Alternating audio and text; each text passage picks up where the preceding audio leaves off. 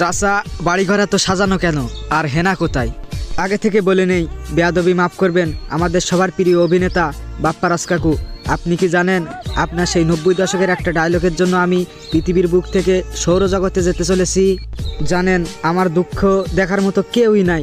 তো এই ভিডিওর মাধ্যমে আপনাকেই বললাম, আপনি আশা করি দেখবেন। ওই বাপ্পারাজ কাকু, কী দরকার ছিল আপনার এই ডায়লগটা দেওয়ার? আমি টিকটকে ঢুকতে পারি না। টিকটকে যদি 10টা ভিডিও দেখি, তার ভিতরে 9টা ভিডিও এইটাই, চাচা বাড়িঘর এত সাজানো কেন আর হেনা কোথায়।